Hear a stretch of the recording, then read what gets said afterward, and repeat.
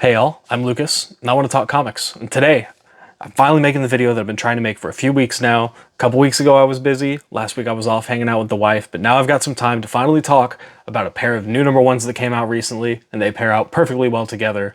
That's right, I'm finally talking about Batman #1 by Matt Fraction and the Immortal Legend Batman. Given both of these a read, I think they're both really strong. We're going to dive more into depth. I'm a little late at the time of recording this. Immortal Legend Batman #2 just came out yesterday. I haven't read it yet, so these are still true #1 thoughts, only going off the first issue of the series.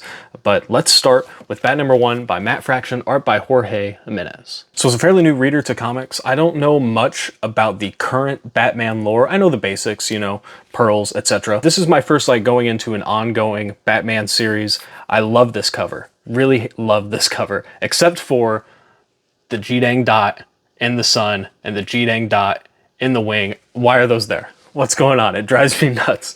Otherwise, love this cover. I was really excited to finally get a new Batman #1, and as soon as I opened it up, Jorge Jimenez's art is just, it's a chef's kiss. It's beautiful.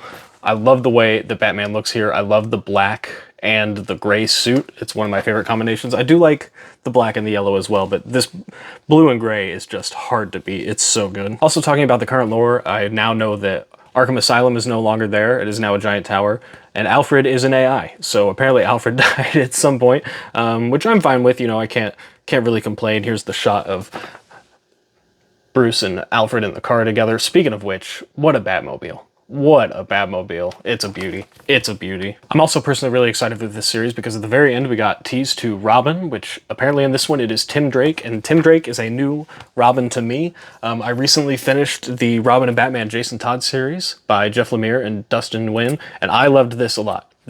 I really liked the Jason Todd Robin. And then of course we're reading Batman and Robin Year 1, which is a Dick Grayson story. Other than that, I don't really know much about Robins. Really sad, this only has one issue left. Really sad about that. So Tim Drake is a brand new Robin to me. I don't know anything about his lore at all. So I'm gonna find out, put it together, probably have to do some research. If there's any comics I should read to get some Tim Drake knowledge, please let me know in the comments down below. But obviously the best part of this book to me was at the park where Batman is having conversations with Killer Croc, and what a good design for Killer Croc. I thought the butterflies were gorgeous. The art in here is gorgeous. Killer Croc looks insane in a good way.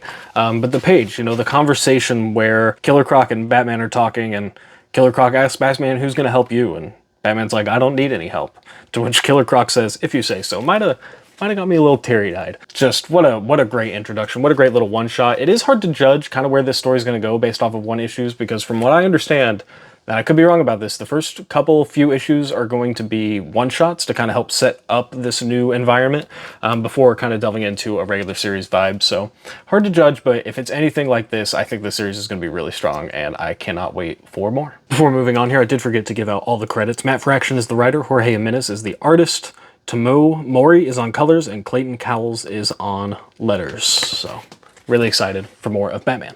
Moving on, it is now time to talk about Immortal Legend Batman, the DC Elseworld title. It is written by Kyle Higgins and Matt Groom. Art is by Erica D'Urso and Dan Mora. Igor Monti and Tamara Bonvillain are the colorists, and Becca Carey is on letters. Immediately, right out of the gate, I love the setting of this. This is a true space western vibe, even down to like the sci-fi outfits and the outfits of the non-superhero characters, you know, got the long trench coats, the vest and tie, makes a really true feel of that space western vibe that I love. Overall, the art in here is really impressive. Like I mentioned, I already love the character designs and the settings, but the action in here is done really well, even down to the sound of the laser guns. Like there's some pstews in here. It's easier to read than to say, but I love the pstew because that's exactly what I would expect laser guns to sound like. I'm also a really big fan of how the writing came across in this one. It is definitely anime coded, even down to characters screaming out their moves as they go to